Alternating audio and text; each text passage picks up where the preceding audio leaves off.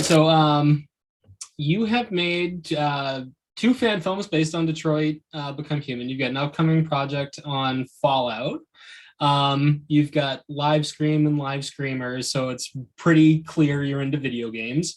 Um, what is it about the medium that you love to work in? Yeah, video games definitely seem to be the common denominator with a lot of my work. I think that, queer representation has kind of become another, common denominator. And that is true of live screamers as well. And horror, interestingly, is not. I mean, sometimes I do horror, sometimes I don't. The Detroit fan films are absolutely romance films above anything. So very different genre to work in, although also an exercise in tension. So if you've written horror, you might be able to write romance, because it's basically, instead of, waiting for somebody to get murdered, you're waiting for two people to kiss. But as far as what draws me to video games, I was a very late addition to video game fandom. I didn't play games until I was 21 because I wasn't really allowed to have them as a kid. Not anything big and puritanical and, strong. It was just that they were expensive and my family never wanted to buy them for me.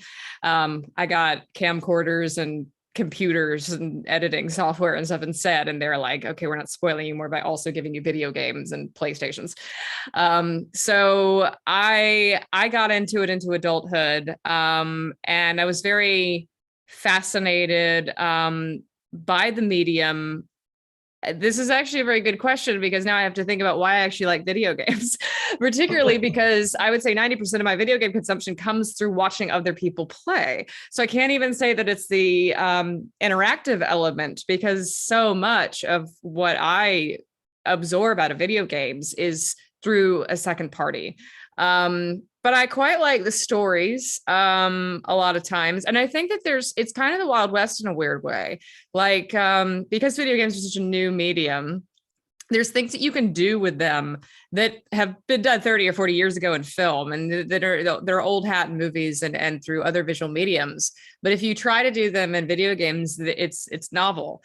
And so I think that one of the appeals for me of making the Livescream movies, and even the Detroit movies too, being like this live action, video game movie, romance story. These are sort of ways that video games have influenced film to make film novel, because we've never really seen video games done well in the cinematic medium.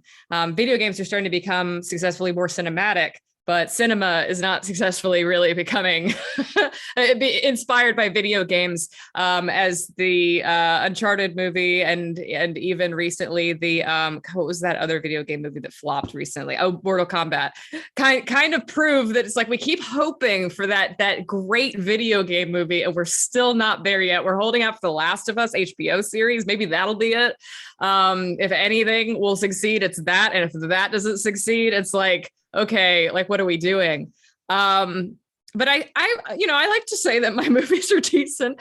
So I think with Detroit Evolution and Livescream kind of show that you just have to approach it in the right way, and you have to stay focused on character and story and not get too distracted by the fact that there's interactive elements or that there's this pre-existing universe or pre-existing way that, people want to insert themselves into the universe. Just focusing on really interesting people doing interesting things. People, when they make video game movies, get very distracted by that for some reason.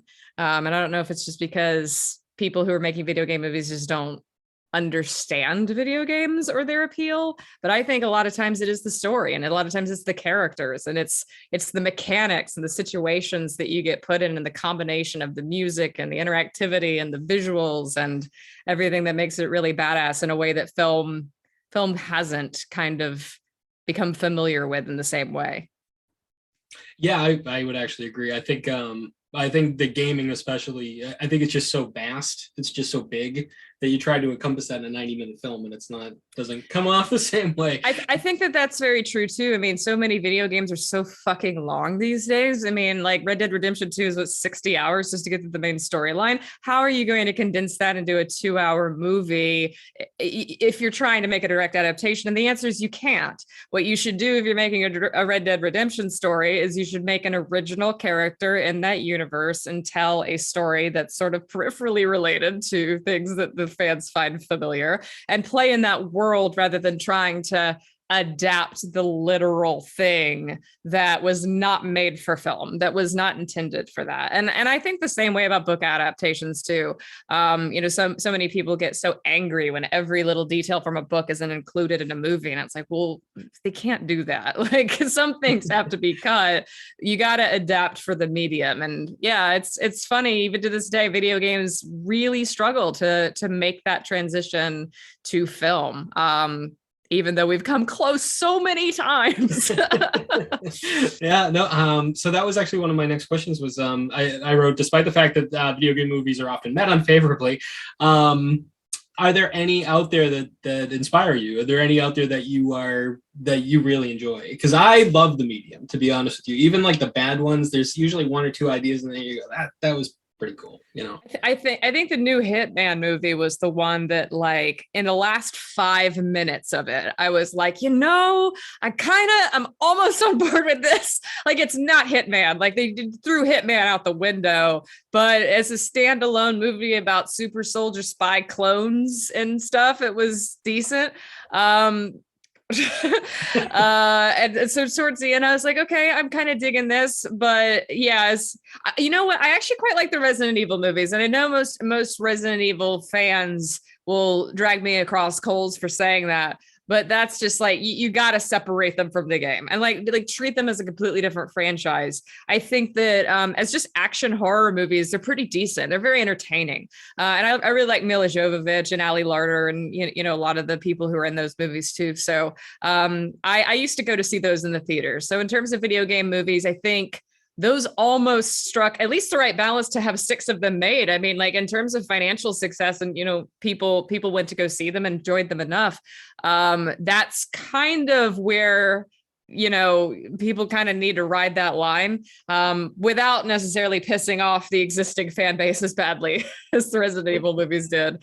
You want to maybe find some sort of middle ground where it's like you're appeasing the people who actually like the source material while also being entertaining to new audiences.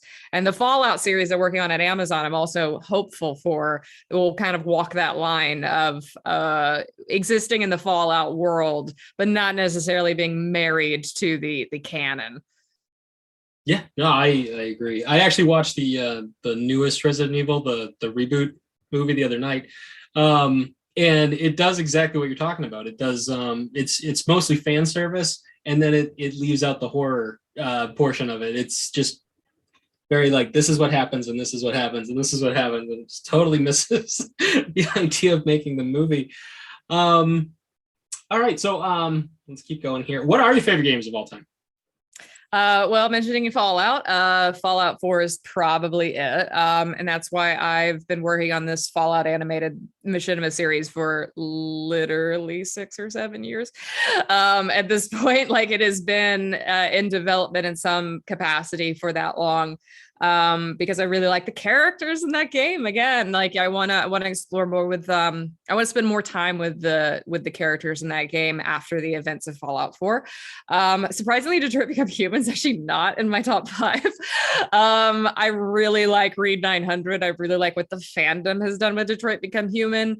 The source material, I'm a little iffy on. There's entire storylines in that game that I find kind of sluggish to play through. In terms of Quantic Dream games that I really like, I much prefer Heavy Rain. I think that Heavy Rain is a much more consistently entertaining game, and is also probably the game that got me into video games, that really pushed me into being a gamer. So I have a lot of fondness for Heavy Rain. I have a deep fondness for Nier Automata. Love that game. I love anything meta, really. So Nier Automata being rife with all these alternate endings and like secret discoveries and sorts of things, is really awesome. Tales from the Borderlands is one of my favorite narrative games. It's so funny and so aesthetic. Very good performances for Troy Baker and Laura Bailey and Nolan North and the whole gang. What is my other? So yeah, Fallout 4, Heavy Rain, Nier Automata, Tales from the Borderlands. There's definitely like another one that sits in my top 5. I have been playing the shit out of Cyberpunk 2077, actually. I'm on my second playthrough of it. I probably put about 200 hours into that game at this point. So I really do quite like Cyberpunk. Warts and all. I think it's got a really good cast of characters, really great companion quest, side quest plot lines, and actually a really good main quest too, a really good main storyline. And you get to have Keanu Reeves in your head commentating on everything you do. Like, I think that gets a lot of points from me. I got about 5 minutes into that one. I think I got to the nightclub and then that was it. But Fallout 4 is definitely in my top 5 as well. I love that game. That was one of those ones where I would be driving somewhere, and I live up in Massachusetts, so it's very cool. close to home. So I'd be driving somewhere, and especially in the fall when everything's like gone, in the winter or whatever, it just leaves coming off the trees and stuff like that, I'd be like, this is really close. This looks a whole lot like that, and I'd be haunted to go back to it at the end of my day. All right, so what is your dream project? Wow. I waffle on that, because there's some that I've had since I was a kid. And then there's always kind of like whatever in my mind I think my next project is going to be. So like I would have said a couple years ago that Livescreamers was my dream project, right? Because it was next on the list. But if we're talking like lit off, like sky's the limit, I would love to do a Godzilla movie. I think that's of any franchise, any big IP that I would love to be conscripted for. Marvel, Star Wars, whatever, even though my mother would love for me to direct a Star Wars movie because she has a Star Wars room in her house and I was raised in the world of Star Wars. I think Godzilla would be so cool because there's never been a female Godzilla director, not in, 55, 60 years that it's been around. And I don't even think in any like the spinoff, like the Toho films or like the Mothra movies or anything like that. And I think that that's an interesting opportunity to tell some Godzilla stories that maybe haven't been told before. And I want to do something with Godzilla that's like goofy and very unusual. Like I either want to do an all kaiju movie with no humans in it, like an Ancient Wars where a bunch of Godzillas fight like a bunch of Kongs. Like they kind of alluded to that in Godzilla versus Kong. And I was like, that's a more interesting movie than this one is. I want to go watch that one instead. And so like I would love that, where it's like Dawn of the Planet of the Apes, or not Dawn of the Planet, Rise of the Planet of the Apes, but with kaiju. And so like, yeah, you have like a couple humans maybe here and there, cut that, just focus on like kaiju communicating with each other and having culture and having a society and then fighting other kaiju. Like that's a cool movie.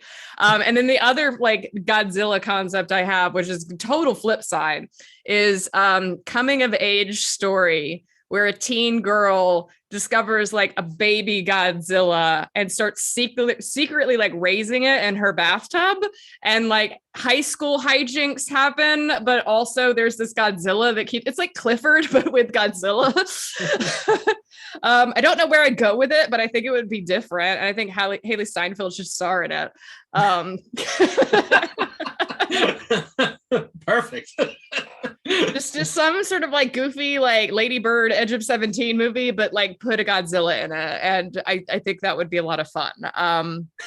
So yeah, no, that like some sort of completely out there like Godzilla kaiju movie would be hella fun. So that's probably my dream project. I can see that. I'm all for that. That sounds fun. So you designed a bunch of the levels for, actually I think you designed all of them for Livescream, right? Yeah, it was just me. Now, granted, I bought a lot of like the models and that sort of thing, but all the set building and all the programming and stuff I had to do from scratch. Yeah, does that object coding, does that come natural to you? Or, and have you, the other question I had for you on that one is, have you designed any playable games? No, I have not designed any playable games. It's an easy question. This was my first time with Unreal back in 2018 when I was doing Livescream. And so I was mostly just like brute forcing my way through it with YouTube tutorials. Luckily, Unreal Engine makes it very easy to do programming without knowing a programming language, because they have an alternative to C++ called Blueprint, which is like a WYSIWYG kind of thing, like a what you see is what you get kind of layout, where you essentially create a little box that says like play animation, and then you do a little arrow out of it and you say, this is the animation that I want to play when I hit the F key. And you just test it, and it's really easy to go from there once you have like a screenshot of what somebody else did, through YouTube or something, and you can just copy kind of their process rather than having to sit there and figuring out like a coding language that's all just text. So I would say that Unreal comes naturally because it's so user friendly, and because there's so much support out there through Unreal and Epic Games themselves, and the support that they have created for the engine, but also fans and other creators doing a lot of tutorials and a lot of sharing of the knowledge of how they achieve things in the program. So yeah, I found that I'm sure that Unity and Cry and a lot of other engines have similar support systems and similar capabilities. I just thought Unreal was the easiest one for my brain, and also kind of matched up what I wanted to do and had the assets that I wanted for it. Awesome. All right. So the first movie has a ton of references to the horror games, PT, Resident Evil, Under the Eight Pages. What can we expect those same kinds of references in the new movie, or is there a whole host of new ones? I would say that the new film doesn't really tread any old ground. I think that there's a few references to like the previous film, but mostly this new film revolves around being pretty much a straightforward Resident Evil homage, because you have this group of people going into a haunted mansion. There's puzzles, there's weird architecture, there's a monster that's lurking around that's kind of chasing them like, Mr. X. So there's a lot of Resident Evil in it, but there's still some other echoes of other games, some of which are a little surprising, some of which aren't necessarily even horror games, but are games that have become more popular in the past 4 years since the original Livestream came out. But I was very much inspired by game mechanics again this time, and some of the challenges that all of our characters are put through. Because much like the original film of Livescream, instead of having the original film had every level was a different game. It was basically a completely different game homage. In Livescreamers, it's all the same game. It's all, the level never changes. They're just going to different parts of the house, and different parts of the house have different, challenges and different game mechanics that they have to kind of reckon with, and different traps and things. So what inspired those game mechanics were other games, but I would say that it's not like they walk into a room and suddenly they're in PT, or they walk into a room and they're suddenly in Minecraft. It's kind of like you'll see a little bit here that's like, oh, that's like Dead by Daylight, or you'll see a little bit here that's like Until Dawn. Those are a couple of the ones that I think I could say. Anything else is probably spoilery, because there's some games that if I say what they are, you'll immediately be like, oh wow, you're gonna put that in the movie? Okay. What gave you the idea to sort of go into this like found footage horror kind of movie? Well, what's funny is the first movie I ever made was actually a found footage horror fan film. So it kind of just covered the whole gamut, and it was also slightly gay in retrospect too. So I mean, I guess it runs the gamut of everything I ever ended up becoming. When I was 15, I did something called the Blair Toaster project for school. We had to do a toaster film. We had to do some sort of film that had a toaster in it. That was the prompt. And so I went out into my friend's backyard that looked like the woods, and we were hunting the Blair Toaster. And I had my camcorder. This was 2007, so I mean there was no digital, nothing. So I had my camcorder and I was recording it like Blair Witch Project, and I was totally in character, like we gotta find the burnt bread and the toast, just like all these omens.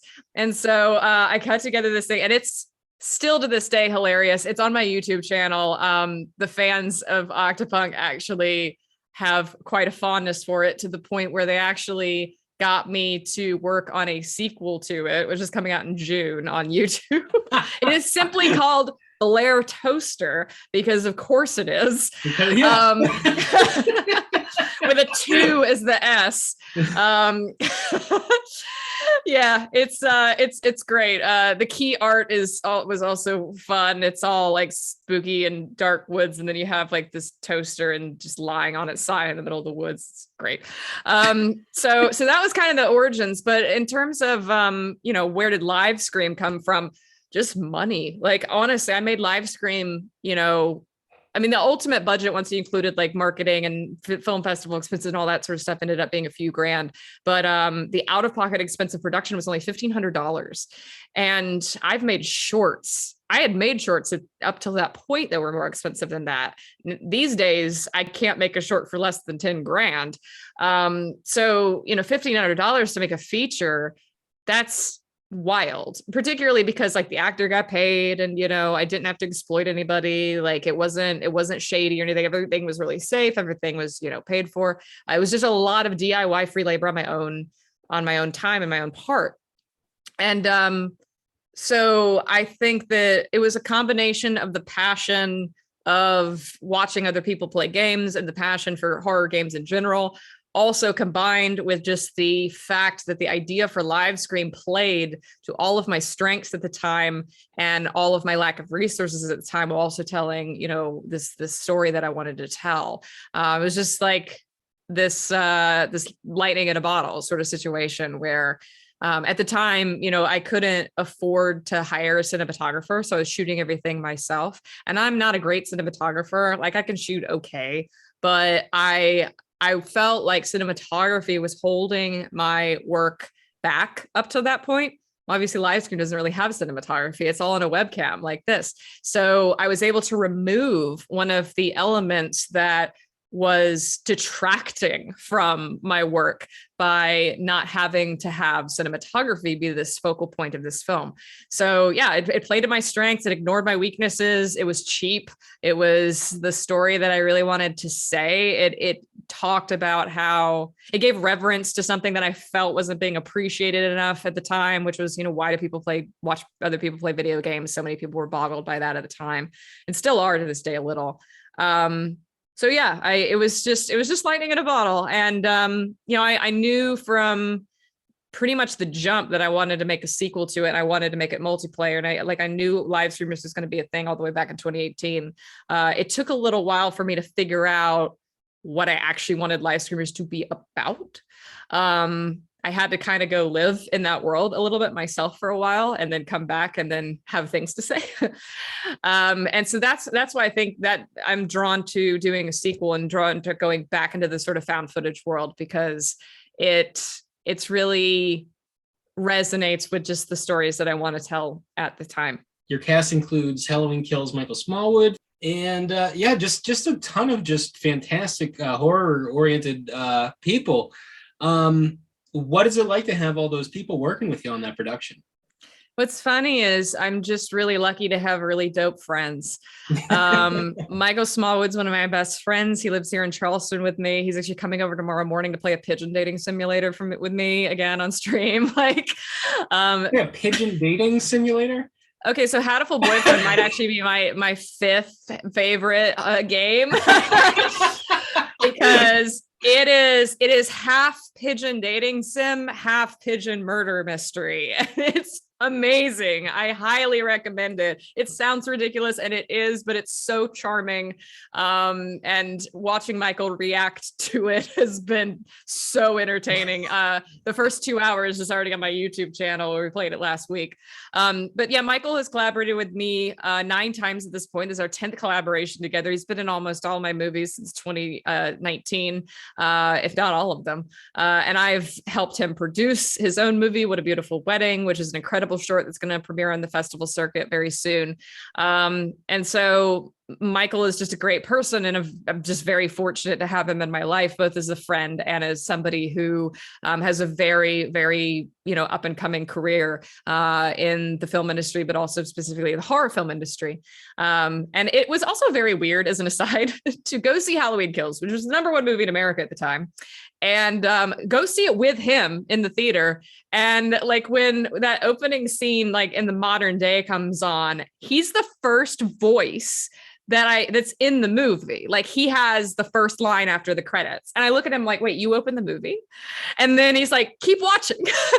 and then we see him, and then he goes up to like the bar and talks to the bartender. I'm like, you're the POV character in the first scene in this movie. And he's just like, yeah. And I was like, that's wild.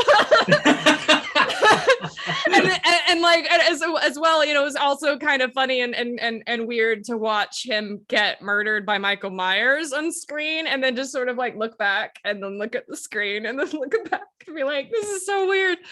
But yeah, and then a lot of the newcomers we have as well in the cast. At least newcomers to the Octopunk, family. Evan Michael Pierce is hilarious, incredible improv. Naoma Sanchez, only 18 years old, and still in high school, but like carries the camera like an absolute, professional. Everybody who is, in their 30s on the cast is like, I couldn't have done that when I was 18. You want to see my acting when I was 18. Like, I wouldn't have gotten the part, not a chance. We've also got Kobe Oram, who is just so fun and such a good fit for his very sort of like likable, goofy, character Taylor. Anna Lynn is so bubbly and so funny. Like, she's an incredible comedian, so she's great for Zelda. And who am I for? Oh, Chris Trindade, of course, playing John. He's on his 3rd collaboration with me. So we've gotten very familiar with, building characters together. Let me make sure there's nobody I forgot. There's those 4, and then Kobe, and then, how can I forget? One of my besties, MJ Slide, as Dice. I don't think anybody has done more internal work to bring their character to life than MJ. I mean, they are doing so much homework right now to try to, bring this character to life, to learn their lines, to understand Dice's world. They're just such a great collaborative partner and great friend. So yeah, I mean, I think that's the thing, is like, I have very good actors, and I love the casting process. I love discovering people. I love giving people opportunities, and I love creating a group of people that have chemistry together.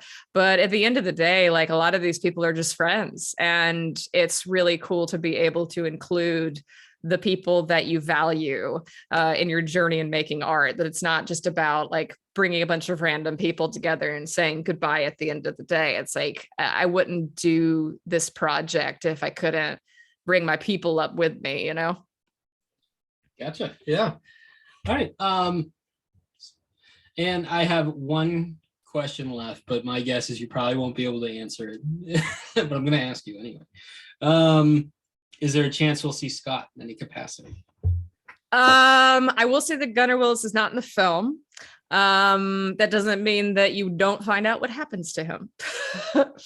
So I will say that there is closure in regards to actually more than one of the characters that were in Livescream. So you get a little bit of a hint of like what ended up happening to some of the characters from Livescream. Very cool. Michelle, thank you so much.